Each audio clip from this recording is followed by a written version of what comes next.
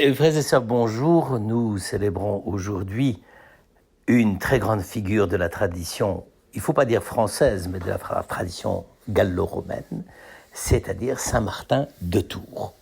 Bon, tout le monde connaît l'histoire célèbre du manteau coupé en deux.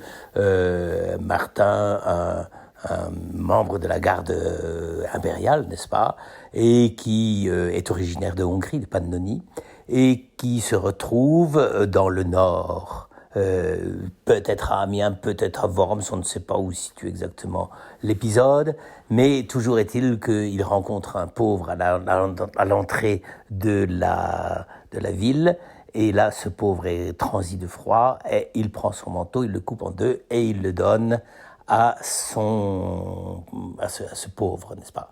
Je vous signale quand même, parce que la plupart du temps on ne le sait pas, s'il ne donne que la moitié, c'est pas parce qu'il est avare ou chiche, mais c'est parce qu'il sait très très bien que la moitié de l'équipement d'un légionnaire appartient à son armée, à la Légion, et donc il ne doit pas donner ce qu'il n'a pas. C'est un homme honnête, Saint-Martin, dès le départ. Il n'est pas encore baptisé, il est sans doute catéchumène, mais voilà. Donc il pose le geste avec toute la rigueur voulue, c'est-à-dire que le glaive, à ce moment-là, qui habituellement est pour venger la justice, etc., eh bien là, respecte la justice dans l'ordre de la charité. On ferait bien d'y penser de temps en temps. Bon. Alors, ce Saint-Martin, donc, né en 316, c'est d'ailleurs au moment où le christianisme devient religion licite, n'est-ce pas, autorisée, reconnue par le pouvoir romain, n'est-ce pas. Il naît en 316, c'est-à-dire juste après l'édit de Milan par lequel le christianisme devient religion reconnue. Et il fait donc toute cette carrière militaire jusqu'à 40 ans, 356 à peu près. Et là, eh bien, il décide que il va arrêter. D'ailleurs, c'est généralement la retraite pour un légionnaire, mais à la plupart du temps, il se réfugie dans un petit lopin de terre qui leur a été donné comme retraite, n'est-ce pas? Mais lui, il a déjà des préoccupations religieuses extrêmement profondes et il se retire près de quelqu'un qui est assez connu à l'époque, un évêque qui s'appelle Hilaire de Poitiers. Et là, qu'est-ce qu'il fait auprès d'Hilaire de Poitiers? Eh bien, il fonde sous sa conduite, sans doute, le premier monastère gaulois de la Gaule gallo-romaine. C'est-à-dire vers les années 361, etc. Il n'y a pas encore, contrairement à ce qu'on pense, on nous dit toujours que les Reims, c'est le premier monastère en Gaule. C'est pas vrai. D'abord, c'est pas la Gaule, c'est la province, la provincia. Et la deuxième chose, celui qui a inventé, c'est un Hongrois qui a inventé le monachisme français. Donc là, on peut pas dire que l'esprit gaulois y ait contribué à beaucoup. Donc, il fait ça, et puis, quand il voit qu'il arrive à rassembler autour de lui une petite communauté, il fonde à Ligugé, près de Tours. Il a, sans doute parce qu'on lui a donné, peut-être c'est Saint-Hilaire qui lui a donné un petit héritage familial, enfin petit ou grand, parce que et là, eh bien, Martin commence à pressentir un peu la tournure que va prendre sa vie. C'est-à-dire que même s'il connaît Saint-Hilaire, Hilaire c'est un très grand intellectuel, il a été exilé, il a même profité de son exil pour devenir un des plus grands témoins du mystère de la Trinité dans un livre qui s'appelle le De Trinitate, qui marquera toute l'histoire de la théologie latine, n'est-ce pas?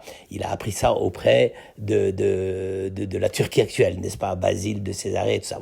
Vous imaginez ce qu'était le monde romain à l'époque, et pourtant 360, c'est déjà tardif, il y a déjà les invasions barbares qui menacent partout, mais vous imaginez la vitalité, les échanges, etc. Bon, vous me direz, c'était parce qu'il est exilé, d'accord, mais enfin, bon. Mais Martin, lui, c'est pas du tout les grands échanges intellectuels avec l'Orient, c'est pas du tout ça son problème. Lui, Martin, il pressent une chose qui peut-être fait qu'on doit l'apprécier beaucoup, c'est que quand il fonde sa communauté monastique, Il faut imaginer des moines qui sont pas du tout, ils n'ont pas été revus et corrigés par Saint Benoît. C'est pas du tout ce genre de monachisme. C'est des moines, j'allais dire un peu charismatico-extatiques, on dirait des fois un peu aujourd'hui un peu allumés, et qui ont surtout le souci d'aller un peu partout, annoncer l'évangile, et voilà. Et donc Martin met en place, et où va-t-il ? Eh bien, il va dans les campagnes. Et là, ça, c'est quand même une intuition extraordinaire. Pourquoi ? Parce que au moment même où le christianisme a pignon sur rue, à partir des années 320-330, qui sont les chrétiens ? Les gens des villes.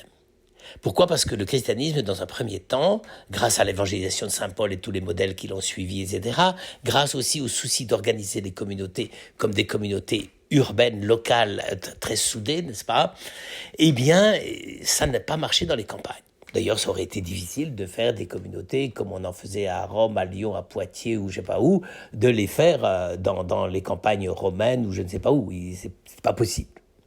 Et donc, comme Martin voit que sa vie de moine et de ses quelques frères qu'il a peuvent très bien s'épanouir dans ce milieu de campagne grâce au monastère, qui à cette époque-là n'est pas encore la forteresse bénédictine, qui rassemble des hectares et des hectares, il voit très très bien qu'il y a déjà quelque chose de Saint-Dominique et de Saint-François là-dedans.